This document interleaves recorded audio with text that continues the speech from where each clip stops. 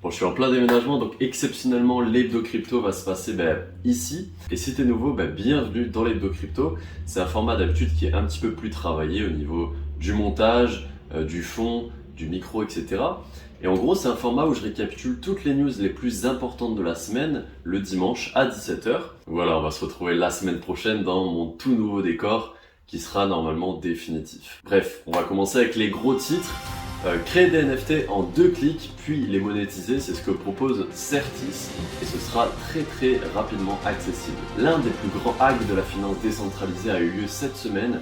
La perte est à hauteur de 160 millions de dollars. Une collaboration de taille pour Helium qui souhaite lancer le premier service de forfait mobile lié aux crypto-monnaies. Le Colorado devient le premier État des USA à permettre le paiement des taxes en crypto-monnaie. La Société Générale propose une option de conservation de fonds en crypto-monnaie à ses clients institutionnels. La plus ancienne agence de presse au monde, l'agence France Presse, se lance dans les tokens non fongibles. FTX, qui avait levé 400 millions de dollars en janvier dernier, souhaite cette fois lever 1 milliard de dollars. L'affaire Tornado Cash est loin d'être terminée. Pour rappel, il y a quelques semaines, ça avait fait ultra polémique en fait pour pas mal de raisons, liées entre autres au concept même de la décentralisation. On y reviendra dans cette vidéo. Un géant de plus est actuellement en pleine négociation. C'est l'une des entreprises qui gère le plus d'actions de tous les USA, qui souhaite proposer cette fois un service de crypto-monnaie à leurs clients. Le pari très ambitieux de Realty qui souhaite démocratiser l'immobilier pour tous et à partir de seulement 50 $. Le studio Epic Games investit dans Aden pour développer les technologies du métaverse. On y reviendra un petit peu plus précisément dans la vidéo. Alors ce service, il est principalement destiné aux entreprises et aux créateurs puisque Certis permet aux marques d'élargir leur audience tout en fidélisant leur clientèle. Il propose une solution décentralisée qui permet de créer, superviser et partager des collections de tokens non fongibles sur son propre site internet. Et le chat, calme-toi là. Et ce en plus en quelques minutes. Et grâce à ces nombreuses applications, Certis permet de créer de véritables programmes de fidélité basés sur l'achat d'un NFT. Et cette news, elle est super intéressante pour les NFT puisque en fait, on comprend que maintenant, grâce aux NFT, ils agissent désormais comme un moyen novateur de fidéliser une communauté et qui permettent aussi à leurs créateurs de percevoir une nouvelle source de revenus en développant en fait un marché secondaire. D'ailleurs, Certis propose des intégrations avec les plus grandes plateformes de création de sites web comme WordPress ou Shopify. Et c'est bien sûr aussi compatible avec les plus grandes blockchains comme Ether, Matic ou la BNB Chain. Wintermint, un market maker spécialiste des activités de trading algorithmique qui vient de subir un hack à hauteur de 160 millions de dollars. A priori, ce hack découlerait de l'exploitation d'une faille concernant un outil de génération d'adresses appelé Profanity. Et selon les observations de Slowmeist, un spécialiste de la sécurité blockchain, juste après avoir piraté les fonds, le gars a déposé ses fonds sur des protocoles comme Curve pour les faire fructifier au calme. Le gars vole 160 millions de dollars et il va quand même les gros up normal quoi.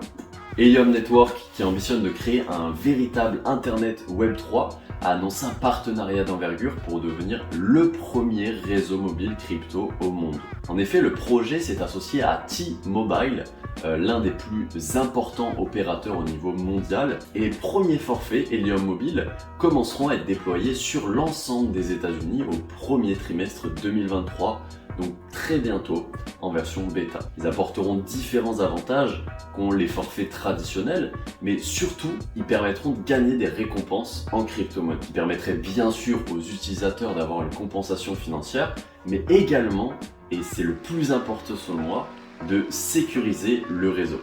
Et oui, c'est ça un petit peu la puissance de la blockchain. Et au-delà de ça, contrairement à une initiative centralisée, la force de ce réseau, c'est la vitesse à laquelle il peut se construire. Le meilleur exemple, c'est Starlink d'Elon Musk, qui a explosé très rapidement, prouvant que le système est plus que bon. Grâce à son gouverneur, l'État du Colorado pourrait bien devenir l'une des capitales crypto des States, puisqu'il devient à ce jour le premier État à permettre à ses habitants de payer leurs taxes en crypto-monnaie. Bon, malheureusement pour le moment, ça se fera uniquement via PayPal, mais bon, c'est quand même bien de souligner le progrès, je trouve. Grâce à un partenariat avec Arcant Capital, qui est une société de gestion indépendante agréée par l'AMF, et qui est spécialisée dans les actifs numériques, la Société Générale pourra désormais proposer un service de conservation de crypto aux sociétés de gestion. Selon le communiqué du PDG de la Société Générale, les sociétés de gestion font face à un intérêt croissant de la part des investisseurs et se voient donc obligées de développer de nouvelles gammes de gestion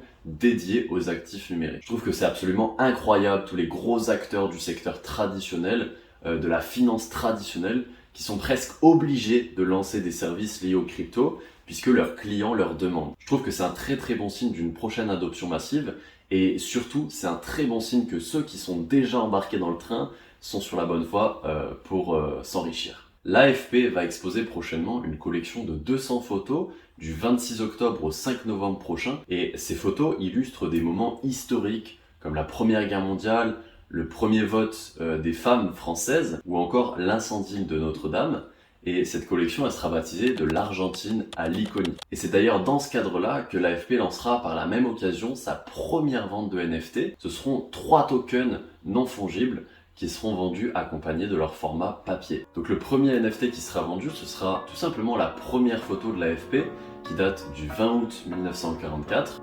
La deuxième, ce sera Serge Gainsbourg qui brûle un billet de 500 francs. Et la troisième, ce sera une photo de Bernie Sanders sur une chaise lors de l'investiture de Joe Biden. Alors cette fois, c'est une information exclusive de la part de CNBC. Le PDG de FTX, Sam Bankman-Fried, serait actuellement en négociation avec des investisseurs pour conclure une levée de fonds d'1 milliard de dollars. Selon ce que rapportent les sources proches du dossier, une partie des capitaux fraîchement levés sera vraisemblablement utilisée pour financer des rachats d'entreprises. Bon, pour le moment, les négociations sont toujours en cours, donc on verra bien, mais FTX, ce qui est sûr, c'est qu'ils ambitionnent largement de dépasser Binance dans les années à venir. Et je pense que ça va être un sacré combat entre les deux. Tornado Cash, qui est un mixeur de crypto-monnaies, a fait pas mal parler de lui ces derniers temps, et il a fini par se faire sanctionner par le gouvernement américain, alors que c'est un organisme décentralisé.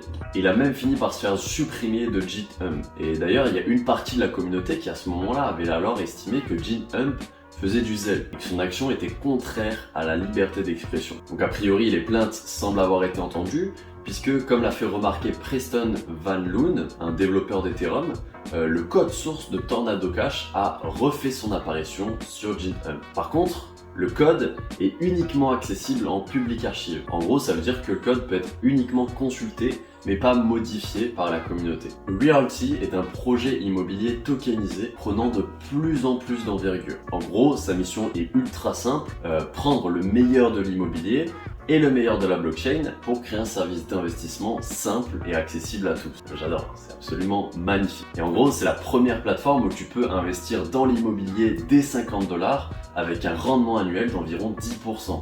Et ce en plus sans tous les problèmes administratifs qui rendent fou lors d'un achat traditionnel. Et en plus, ce qui est magnifique avec Realty, c'est que tu n'as plus besoin de passer par une banque ou un notaire.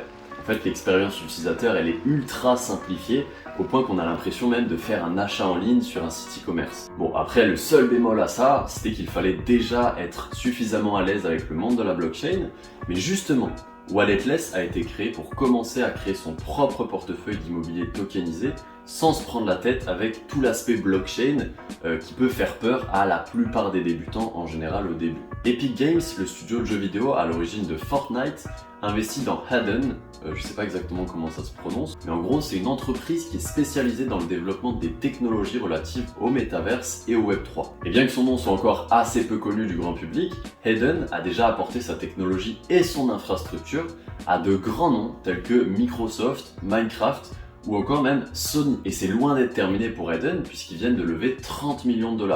D'ailleurs, le PDG a fait une déclaration que je trouve très inspirante. La mission d'Hadden est de faire le point entre les mondes physiques et virtuels pour nous aider à prendre de meilleures décisions et en fin de compte, améliorer la qualité de notre vie dans le monde physique.